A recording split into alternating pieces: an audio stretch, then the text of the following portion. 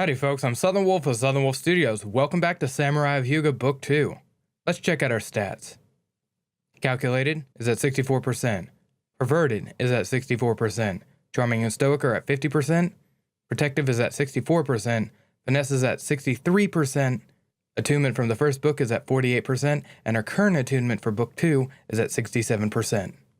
Chapter 3. The Demon of Shogi. The mural ended up being an advertisement for the upcoming shogi tournament. Its painter ended up being an eccentric poet who, for some reason, spent half a week standing in the rain waiting for a proper interpretation of his work. He expressed his joy with dance and song, trying fruitlessly to get me to join in.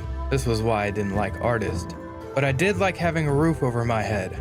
The man who went by Basho taught at a poetry house near the outskirts of town. With most of the students away on travel, there were rooms available for me and my crew.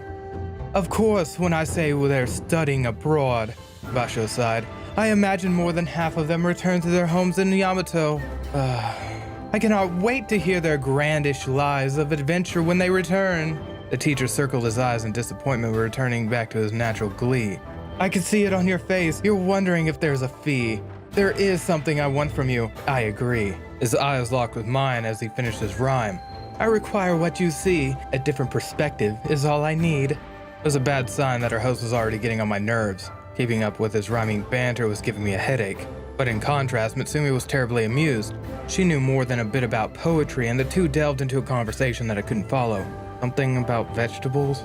Are you suggesting that the cucumber is not the subject of the prose? Mitsumi asked intently. I would have preferred if he had used eggplant in the second verse instead, Basho lectured. He invites over-complexity with a connotation between being pickled and a man souring with age. Poets often trap themselves in hidden meaning to come across as an intellectual.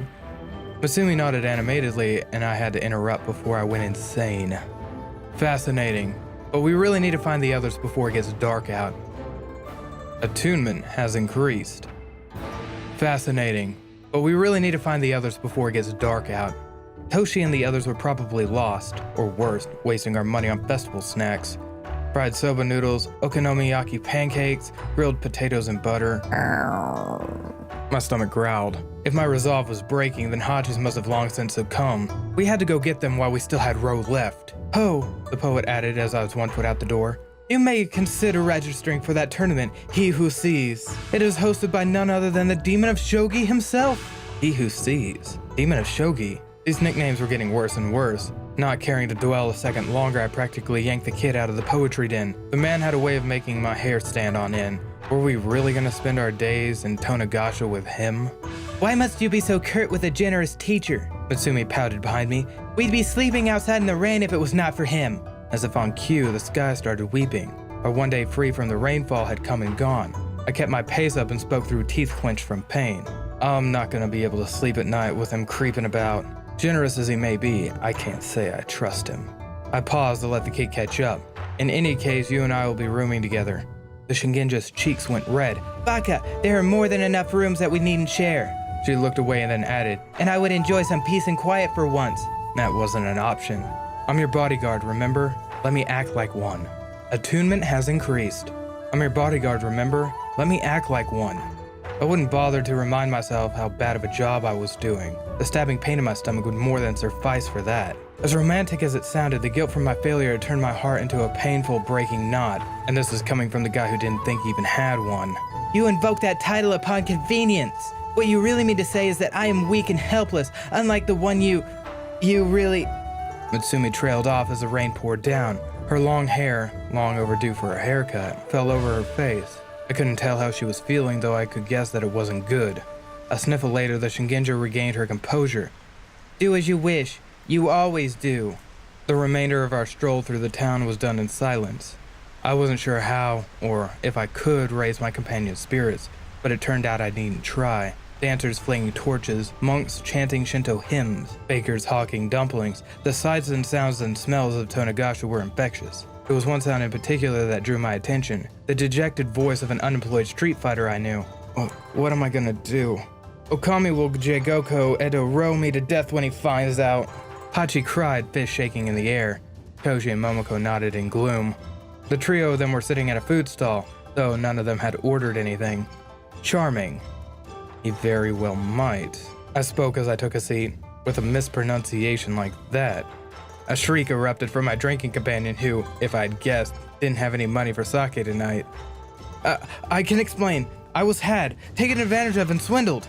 Hachi pleaded as if his life depended on it. While I didn't doubt that he was telling the truth about being outsmarted, I needed more of the story than that. Toshi obliged. Hachirobi-san fell victim to a forgery in exchange for Kiso-chan, our horse. It was offered a black suit of obsidian armor said to have been used by the Emperor himself. The ninja let out a sigh before adding, Satsuma-san has never donned armor, especially not a suit covered in soy sauce. I took a deep breath to calm my nerves.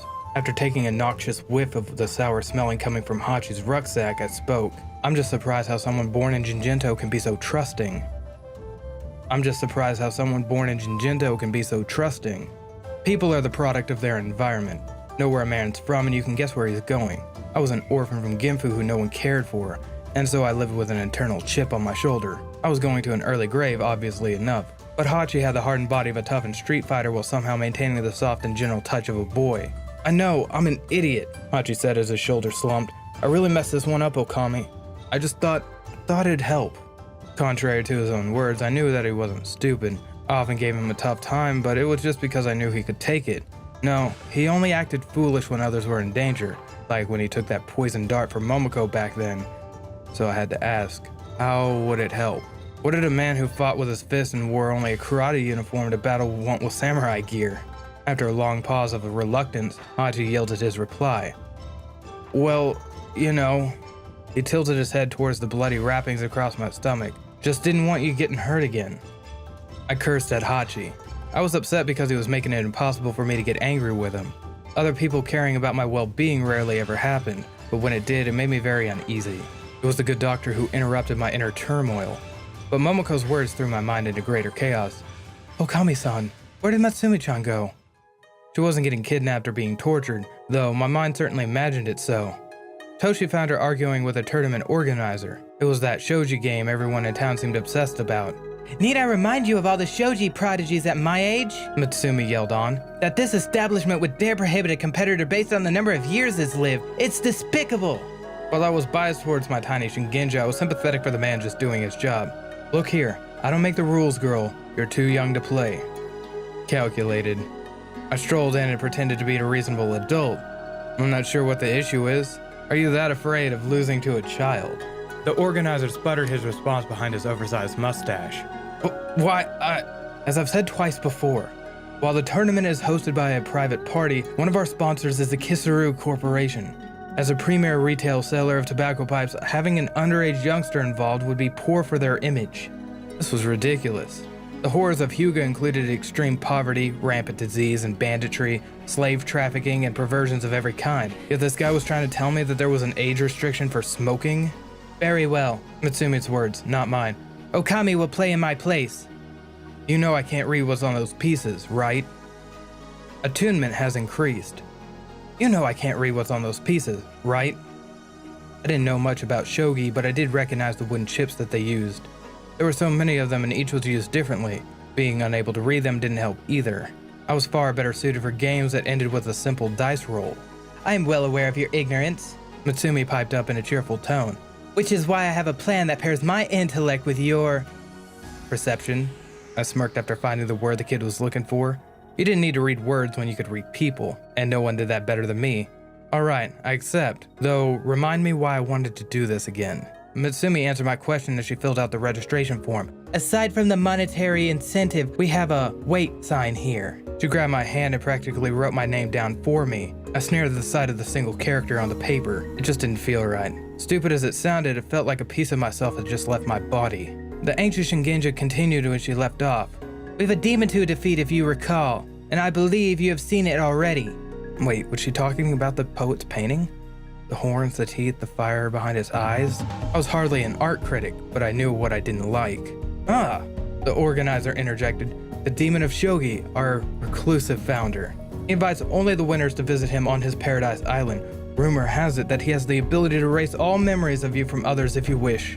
The man ruffled his mustache and gave my chest wound a lingering look. There are some competitors who would give anything for a new beginning. Our conversation ended on that ominous note. I wasn't sure what to think about sudden onset amnesia, nor did I have any clues about an Oni who lived inside board games. I didn't have any idea on the rules or conditions in order to win. I didn't know a lot of things, but I did know it's been a long time since I've seen the kid in such a good mood.